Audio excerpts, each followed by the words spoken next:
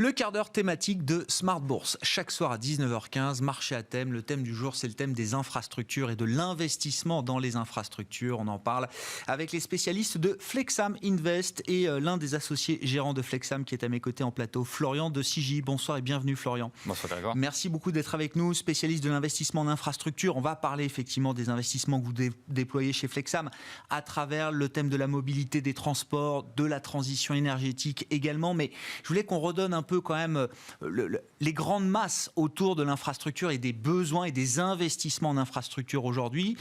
C'est un thème historique évidemment pour l'investisseur. L'infrastructure accompagne le développement et la croissance de nos économies. Mais je trouve qu'à la lumière des transitions et notamment de la transition énergétique, je trouve que ça remet une dimension nouvelle peut-être autour de cet investissement en infrastructure.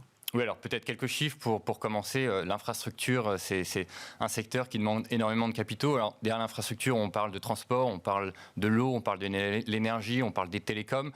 Tous ces secteurs sont très consommateurs de capitaux. Pour vous donner quelques chiffres en perspective, si on regarde sur les 5 prochaines années, la Chine va avoir besoin annuellement de 3 000 milliards de dollars d'investissement. 3 000 milliards, c'est le PIB français. Les États-Unis, c'est environ 2 000 milliards. La France, l'Europe, pardon, c'est environ 1 000 milliards. Donc, des chiffres qui sont très conséquents.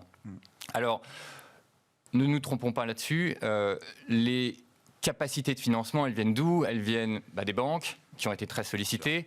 Elles viennent des États, qui font beaucoup. Le gouvernement a annoncé, dans le cadre de la transition écologique, par exemple, qu'il allait allouer 30 milliards, qui sont dédiés au transport et à l'énergie.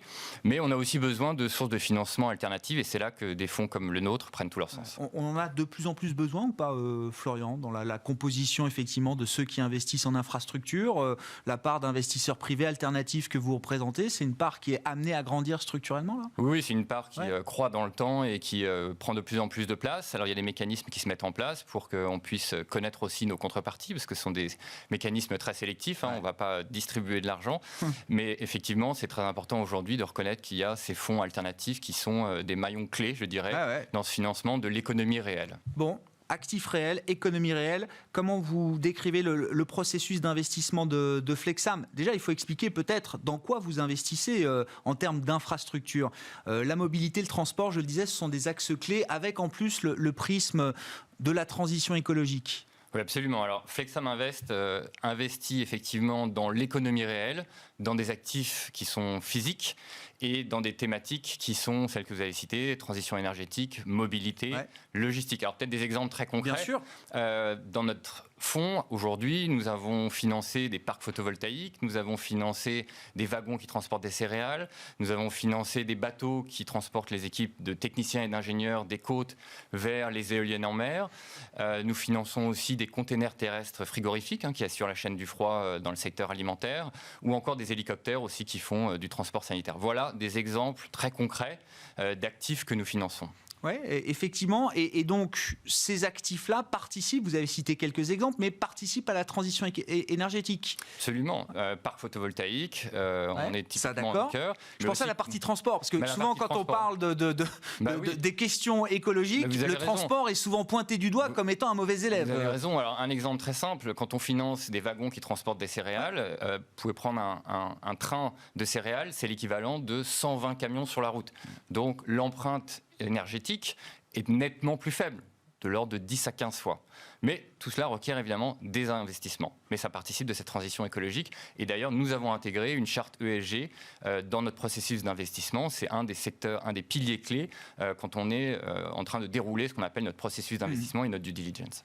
Concrètement, donc, vous investissez dans ces infrastructures. Encore une fois, quand il s'agit du wagon ou des hélicoptères, qui les utilise au final, Florian? Nos contreparties sont des opérateurs privés, mais derrière, il y a des noms connus qui sont des sociétés par exemple comme Siemens, ou qui vont être des sociétés peut-être moins connues comme Cargill, ou des gens comme Ørsted, qui sont par exemple des leaders de leur secteur. Ørsted, c'est le leader mondial de l'éolienne en mer, par exemple. sont des actifs, alors je ne sais pas comment vous avez pu mesurer peut-être la valeur de ces actifs au cours de cette année, mais sont des actifs qui ont montré une forme de résilience, Florian, parce que dans le transport, à partir du moment où on ferme les économies, où on ferme les échanges, bon, on peut se dire qu'il y a moins de wagons qui circulent et moins d'hélicoptères qui volent. Alors c'est là que le gérant a une valeur ajoutée, hein, c'est de bien choisir ses secteurs. Ouais. À titre d'exemple, nos actifs ont été résilients puisque pendant la crise du Covid, on a mesuré cette performance, en particulier par le pourcentage d'actifs qui ont continué à recevoir leur loyer. Et dans notre cas, 98% des actifs ont continué à recevoir leur loyer. Il n'y a pas eu de rupture, quoi. Il n'y a pas eu de rupture. Encore une fois, ça a montré une résilience. Alors, c'est lié aussi à un portefeuille qui est diversifié, décorrélé. Vous avez parlé précédemment des marchés, de la volatilité. Dans le numérique, c'est des valorisations fantastiques, mais aussi parfois une volatilité impressionnante. Ici, on est sur des modèles beaucoup plus conservateurs. Donc, on va chercher à avoir des portefeuilles où on a une très forte visibilité sur les cash flows et avec un processus qui va regarder à la fois la solidité de la contrepartie, la croissance du secteur, la solidité effectivement en termes d'adéquation par rapport à l'ESG et bien évidemment, on va regarder aussi d'un point de vue financier, dérouler tout ce qu'il faut pour s'assurer que nos contreparties pourront payer dans le temps, parce que ça fait partie de notre modèle.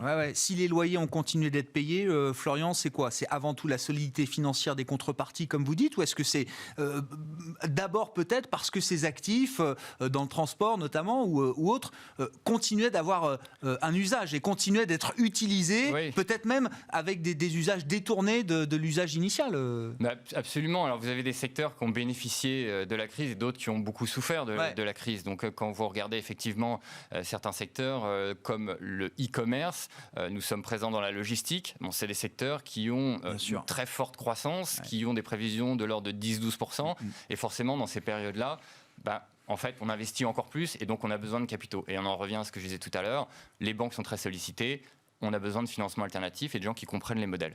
Concrètement, vous êtes en plein développement parce que vous êtes en train de lancer un nouveau fonds chez Flexam, on pourra en dire un mot, mais à quel type d'investisseurs s'adresse ce type d'investissement dans l'économie réelle, dans les actifs réels, les infrastructures? Quel type d'investisseurs, quel type d'horizon de temps est-ce qu'il faut avoir en tête? Quel type de rendement est-ce que vous avez pu servir dans le passé avec votre fonds initial? Alors, je vais commencer par votre dernière question. En termes de rendement. Notre fonds initial a délivré 10% de TRI, donc de rendement. Nous nous adressons à des investisseurs qui ont du temps, je dirais, puisque nos investissements, c'est 5 à 7 ans. C'est aussi ce qui garantit la stabilité. Et en termes d'investisseurs, nous parlons plutôt d'investisseurs de type institutionnel, family office ou investisseurs privés avec une certaine surface financière. Nous ne sommes pas destinés à faire de l'appel public à l'épargne. Avec le nouveau fonds en fait, qui va venir, nous continuerons à capitaliser sur ce track record du premier fonds et à continuer d'offrir des opportunités d'investissement à ces investisseurs. Et de faire la liaison, je dirais, c'est ça qui est important pour nous, la liaison entre les industriels qui ont besoin de développer leur flotte et des investisseurs de l'autre côté qui, eux, veulent participer, évidemment, faire travailler leur argent, parce que l'objectif, c'est rentable et durable. C'est facile de sortir de ces investissements quand il faut sortir du fonds, quand il faut liquider effectivement le fonds à la fin, Florian Alors nous avons un modèle très conservateur parce que quand nous rentrons dans une transaction, nous n'achetons des actifs que si nous avons en face un opérateur qui s'engage à les louer et à nous les racheter. Donc on a une visibilité sur la sortie. Donc quand nous annonçons à nos investisseurs que ce sont des investissements de 5 à 7 ans, nous savons qu'à l'horizon, vous avez une sortie à 7 ans. Nous aurons une sortie. Voilà. Bon, et puis le nouveau fonds, vous l'avez dit, effectivement, je ne sais pas quelle est l'ambition du nouveau fonds peut-être donner un peu la taille des investissements que vous pilotez aujourd'hui pour conclure, Florian, et puis l'ambition là, que vous pouvez avoir alors, sur le fonds cette actuel a environ 200 millions d'actifs qui sont diversifiés à travers ce que je vous ai cité précédemment, que ce soit sur air, terre, mer, dans des bateaux, des hélicoptères, etc.